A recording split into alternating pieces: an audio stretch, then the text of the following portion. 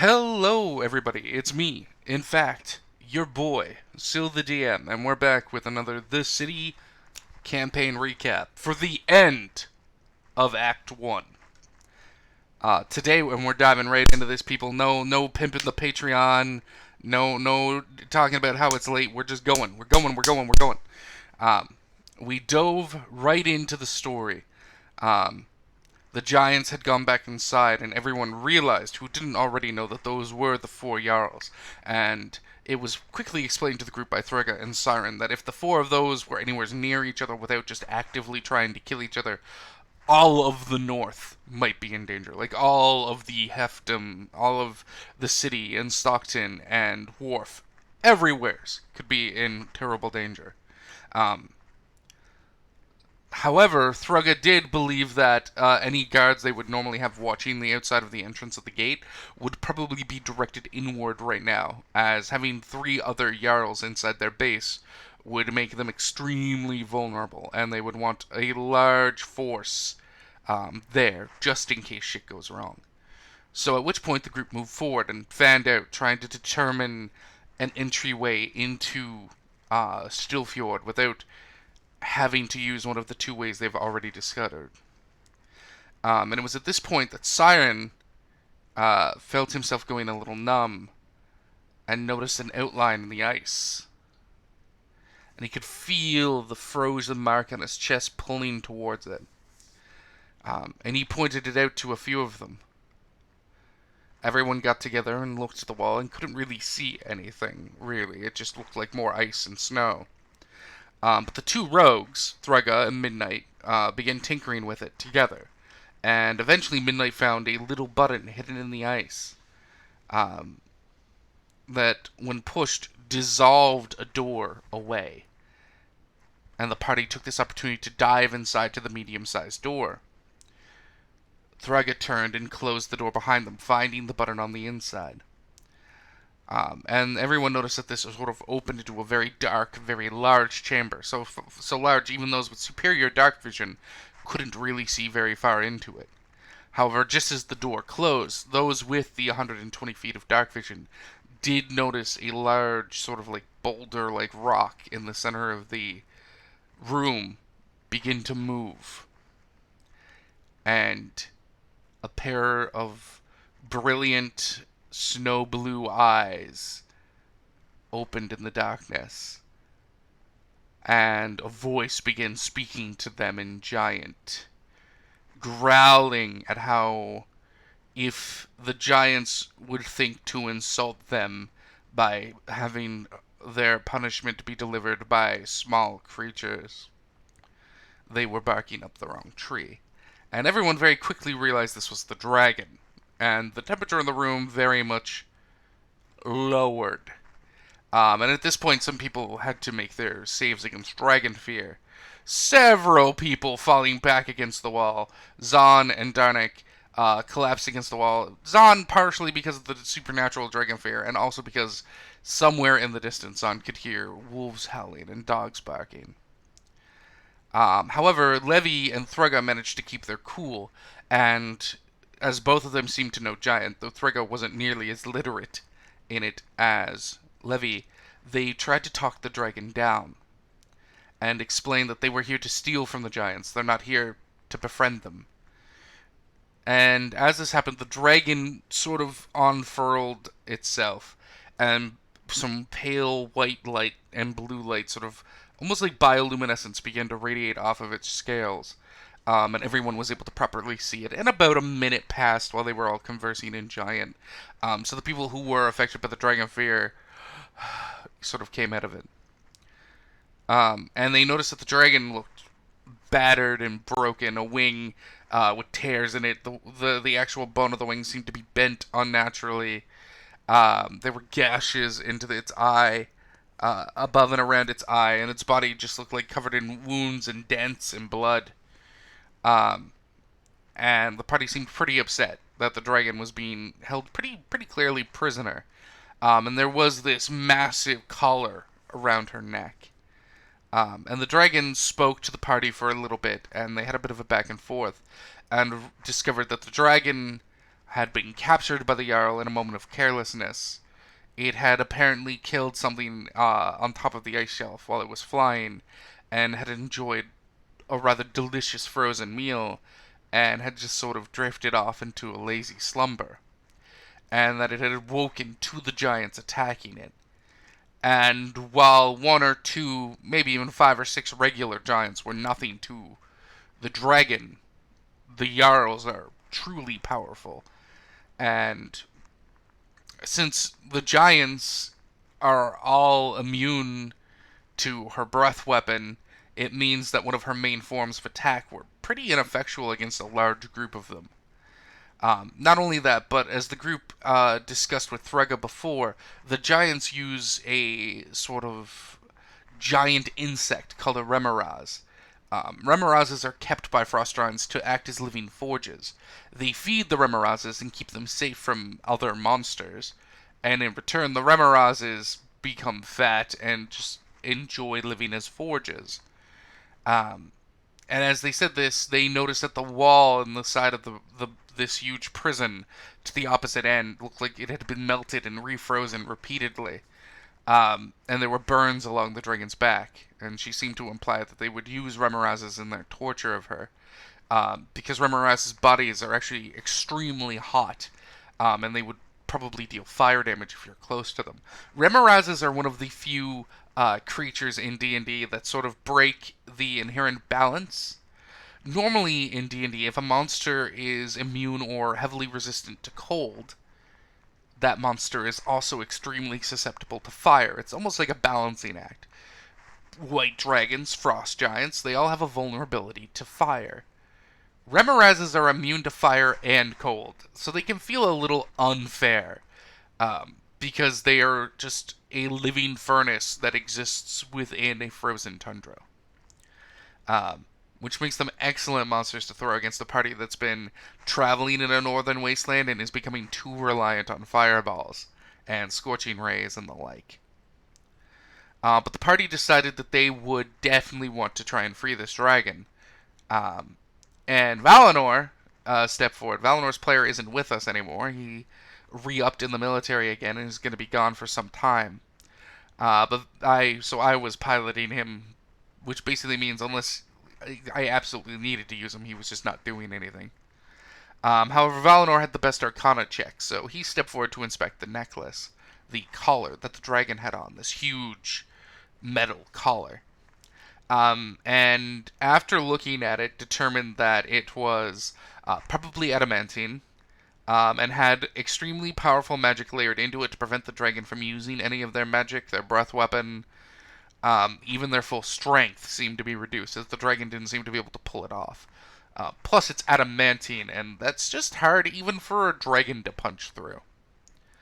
Not that the dragon wouldn't be able to do it, but the fact that she hadn't been able to do it shows that the magic's probably reducing her strength. And Valinor determined that if 4 casters, or 4 third level, roughly, the way he described it was the strongest spells they could muster, and right now the party can muster 3rd level spells. He said if 4 3rd level spells were used at once into the collar, they could sort of like overcharge and overfry the magic in it, to sort of counteract what's in it. Levi suggested using Dispel Magic, and Valinor seemed to think that one of the things in there is specifically designed to prevent that. So they were all talking about this, and they do have 4 spellcasters who had access to 3rd level spells.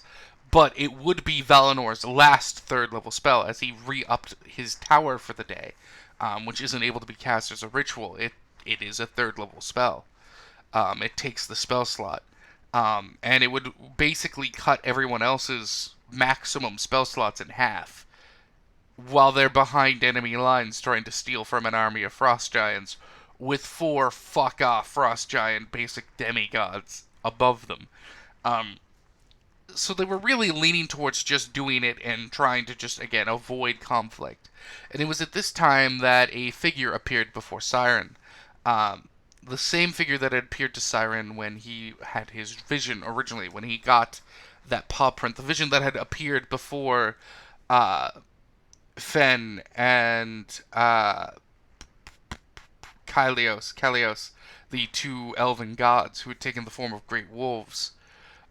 This humanoid elf with a wolf tail and wolf fangs, uh, who Siren did recognize as being a beast lord, a particular breed of demigod.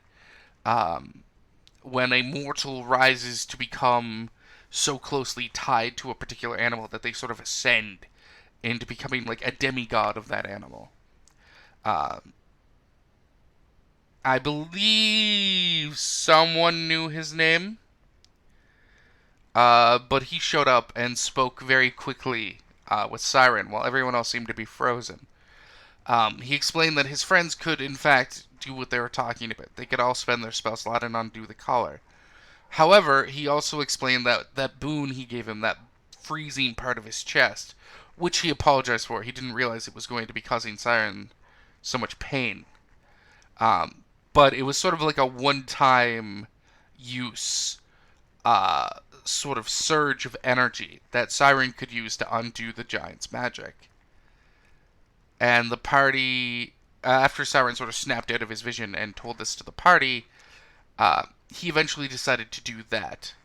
And as he was about to do it, Thrugga asked the dragon if she could wait and stay here, pretending to be captured till they left, preferring her not to cause a bunch of giants to come running down here and see how she got out, while they were down here trying to figure out a way out of here. And she agreed. And Siren approached and touched her, and the ice ran down his arm, sort of frostbiting his body as it goes, turning it all black, and then poured into her. And as soon as it happened, his body surged with warmth, and the frostbite went away. And the collar lost its magic. And she could feel her strength fully returning. Elated, the dragon was more than happy to hold up her end of the bargain and play the prisoner for the next little while. So the group pushed on, with the dragon opening the door to her, the giant-sized door leading further into Stillfjord. Sorry, I've just been suddenly randomly struck with the hiccups like a son of a bitch. So everyone pushed forward, running through the giant-sized tunnels, and they came to an alcove, an opening. They knew that the room beside the dragon was the forge, and Thrugga had a pretty good belief that the room beyond that would be the war room and the Jarl's personal abode. He was actually rather excited because them being able to enter at the bottom level instead of somewhere near the top or the middle of the keep meant that they were already on the level they needed to be. So they crept their way across this opening and went to the war room. Inside they found a giant-sized table and chairs. On the table there was a map of the northern part of the world. Fuck. With some giant scribbles and everything. Give me a second. I'm gonna try and get rid of these with some old wives' tales.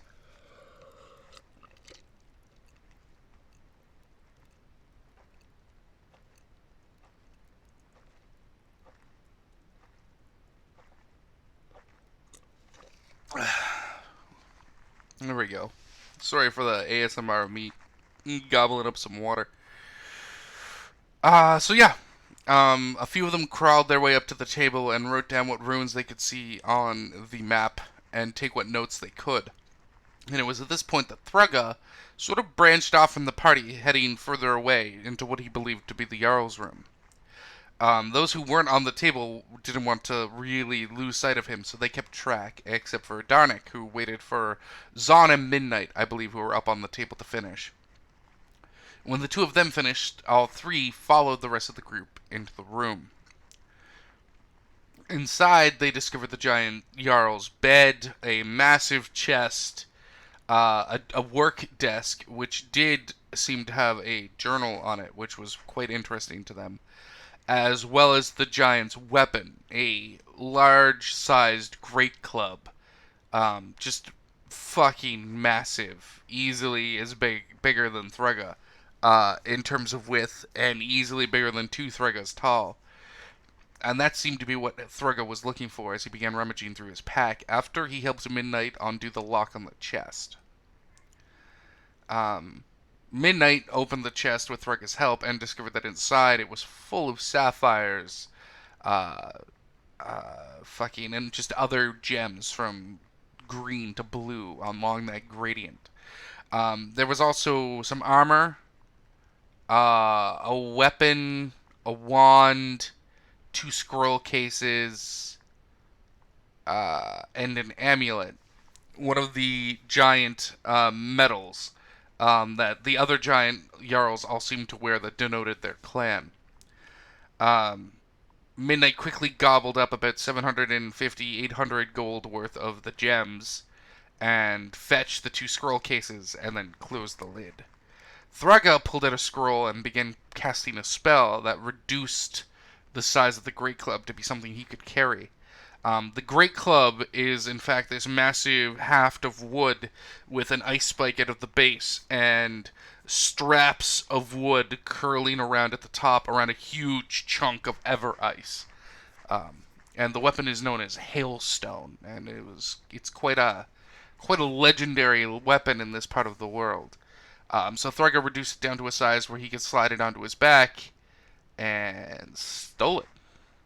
Like the rogue he is, who's trying to get revenge for his dead wife and child. Levi pulled her way up onto the desk with Zahn and went through the journal and determined that the giant, Marlokovich, had plans to try and unite the other three giant clans using the dragon and something called the Tears to sort of cow them into his control so that they could take control of the northern part of the world. The ultimate goal seeming to be to push the ice shelf further south, as well as freezing the Underdark as they go. Some crazy fucking Bond villain level stuff. And again, multiple references to something the Tears and using the Tears and how it could protect them when attacking Stockton and other places that knew how to fight them back, basically. It was at this point that Midnight noticed that a part of the room looked exactly similar to the entrance they had found by the dragon, like it was the same exact shape of ice. He went over with Thraga and fiddled with it for a little while, and they discovered another hidden door. Whatever spell they used to create these sort of dissolving and refreezing doors seems to use the exact same pattern in the ice. Thraga finding the button this time and opening it, leading to a dark, long sort of cave that looked very natural and rough. And in there they could see stone lanterns with a blue fire and could hear the sloshing of water in the ice. Wanting to investigate, the two went in, Midnight calling the rest of the party along. And inside this room, they discovered a post made of adamantine with giant runes written down it. Attached to the post was a chain, which was connected to a collar, which was around the neck of a woman, a medium-sized woman, who was crying softly. And it was at this point, as the party sort of approached, that they noticed Thraga was just on his knees, crying. And as they approached, they heard him and came to the realization that this was his wife. Inside this natural cave system of ice, there were these beautiful stone lanterns with this blue fire, and though it was freezing and this swirling storm around her of cold, plant life was sort of growing up, and snow lilies were blossoming in the darkness, and there was this constant splashing of water at the sides. Her skin was pale blue, and the area around her neck where the collar was bruised a dark, dark purple and black. And Thraga was having a really hard time trying to reach out to her to get to her.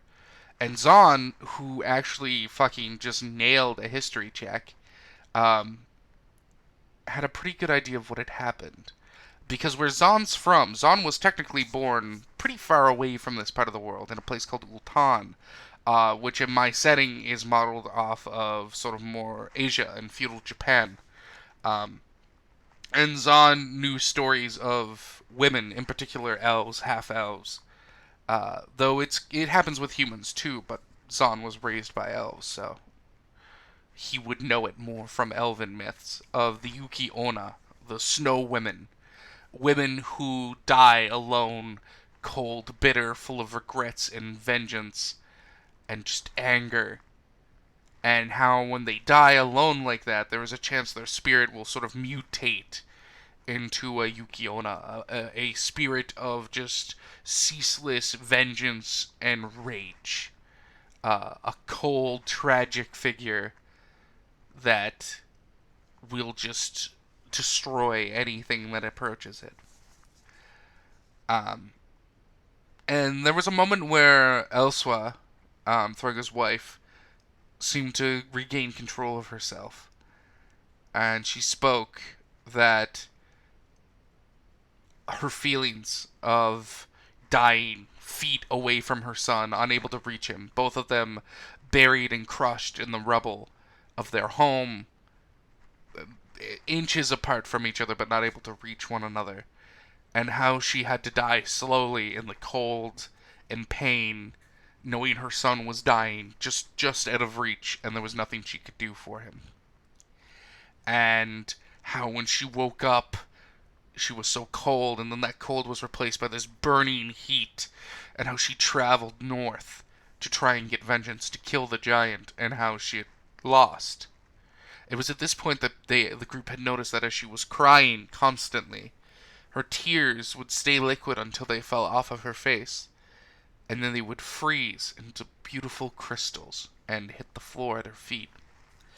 And at this point, everyone was quickly thinking about the tears from the journal. And it was at this point that they had remembered during the fight with the scout, South, that when Valinor threw a fireball at him, he had shattered something across his body, and a burst of supernatural cold encompassed him, nullifying the damage from the fireball. And it was at this point that the party realized the Jarl had beaten her, and instead of allowing her to die or reform, imprisoned her. And they had discovered that they could collect her tears and use them to protect themselves from the fire, to gain a momentary advantage, an actual immunity to fire damage for a single spell, and that they could use the tears on their weapons, sort of implanting them into them to deal cold damage. So at this point, the party was pretty adamant that they needed to get the Yuki-onna out of the giant's control. And the whole time Siren's looking at the post, thinking internally that had he not used his boon to free the dragon, he definitely could have undone the post. But everyone in the group also realized that if they freed her, she would just come back and try to kill the giant again. Because as an undead, her will isn't really her own. She's driven by this supernatural need to get vengeance. And after hearing all this, they finally managed to pull Throgo far enough back, because he had actually been, face to face, holding his wife's face with his hand, and had his forehead pressed against hers, and, was actually getting near death, because of the aura of cold permeating off of her. They pulled him back, and basically agreed that they needed to get rid of her somehow. And so Threga, saying that, he couldn't have been there for her when she needed him the most, and that he could make it up maybe by being there for her now and making sure that he did the right thing. So they all watched Threga pull out one of his torches from his kit, his backpack, light it on one of the blue fires in the room, and very slowly and painfully, painstakingly, set his wife on fire. And they were all concerned that she would scream out or cry out, but the undead didn't. She just continued to cry. And Thruga, through tears and clattering teeth, told her to find their son, to keep him safe, and that he'd find them again one day. And just as the flames were about to fully consume her, the flames lapping at her like they were hungry, a living entity that had been starved all of its life, the Yukiona being susceptible to fire. Just as it was about to fully engulf her, there was a moment where her voice rang out clear, like she had snapped out of the undead, and she cried out for Threga, that she couldn't find him, that he wasn't there with her, that she was alone. And then the fire consumed her, and with a clatter, the collar fell to the ground. And Threga, confused, horrified, traumatized, just sort of stood there, not knowing what to do. And he did for a while. At this point, everyone was like, we need to get the fuck out of here now. So everyone started to move, and they noticed that Thrego wasn't. He was just sort of staring at the spot where she had been broken. Eventually, Zahn slapped him across the face, which snapped Threga out of it, but also made Threga, like, reflexively just swing, like a right hook, which caught Zahn in the gut, pretty bad. At which point, they sort of snapped him out of it, and they were like, yeah, we need to get the fuck out of here now. So they attempted to make a break for it, and just started running. As they pushed forward, they got out to the same alcove past the war room, leading towards the dragon's room, just as a giant was coming down the stairs. He paused for a moment and noticed these small interlopers fleeing, one of them carrying the big boss's, mythological weapon on his back. He undid his bow and began loosing arrows at them, calling out for help. One of his arrows actually lodging into the forge's door, actually preventing the door to be opened from the other side for a few moments. One of the arrows did cut a pretty bad gash across Midnight's midsection, but they managed to avoid most of them, Kovalin hurling some spells back to try and slow him down. They pushed into the dragon's room and just made a mad dash for the door. The dragon could hear the giant following, and as it burst into the room, about to shoot them again, the dragon pounced, and the giant looked at it, like, assured that the chain would hold, and the dragon ripped its way through the chains just on sheer force and just ripped the giant apart. At this point, Frigga managed to get the door open, and as they were all running through the wall to get to the outside, the dragon shoulder tackled and blasted the side of the glacier apart, freeing herself. And they could see healing magic being used, pouring itself into the dragon, its wings snapping back into place as she was sort of letting loose this great roar.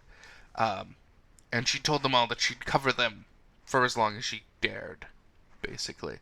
And they could hear the giants above erupting, and a whole lot of noise was happening all at once, and the party just ran and ran.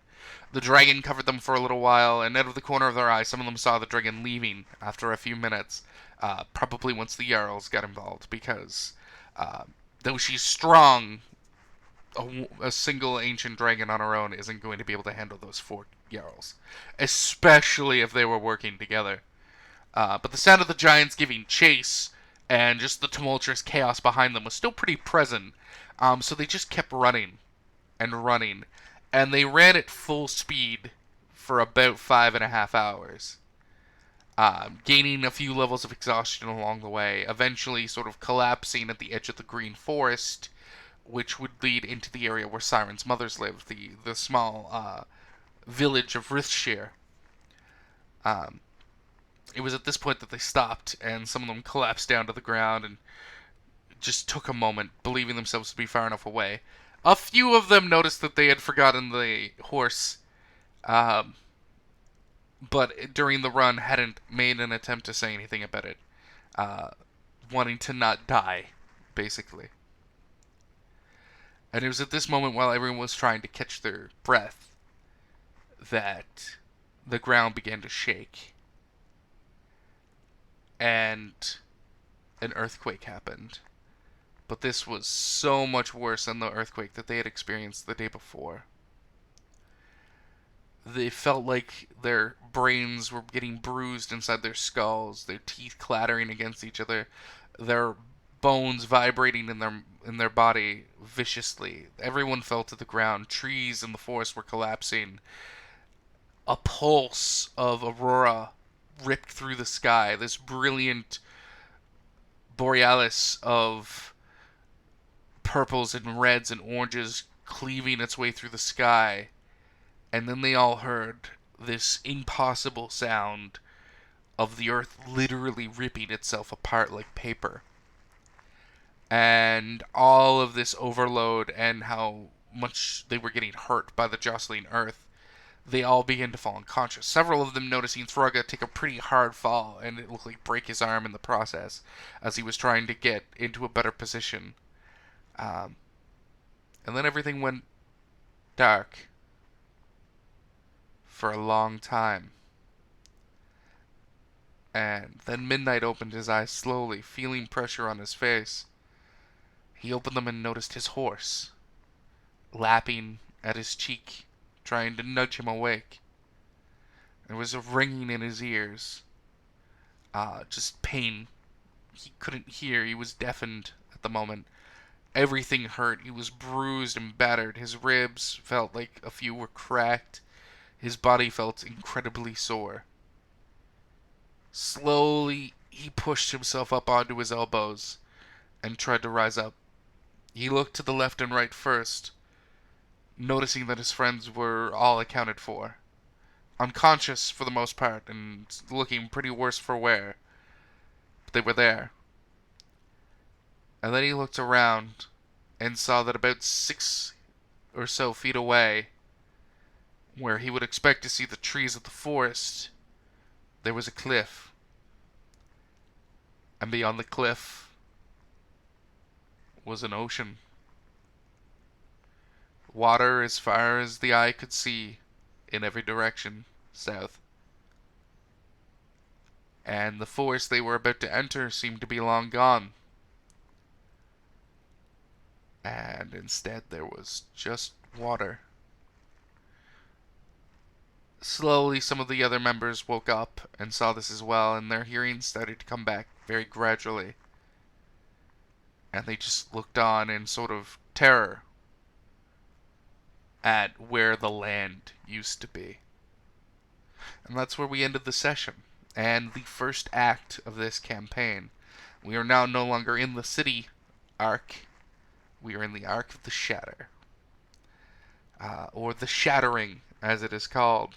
As this group, which is taking place much further in the past than the Frontier or the Calamir campaign, are about to live through, hopefully, the first real cataclysm of the setting. And the whole world's changing right now. And they're right in the middle of it. And that's where we're going to pick up next time. And I can assure you I'm having a lot of fun with it, and I hope you are too. If you have any questions, comments, anything at all, please just leave them down below.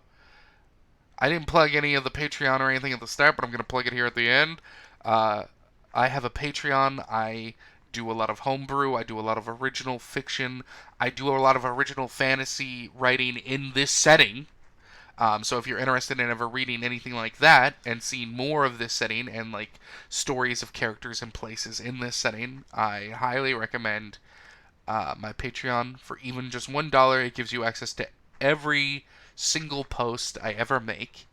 I don't pay gate any of the posts beyond just being a member. Being a higher tier Patreon just gives you more rewards outside of the posts, such as short story collections I've published previously, free homebrew each month, stuff like that.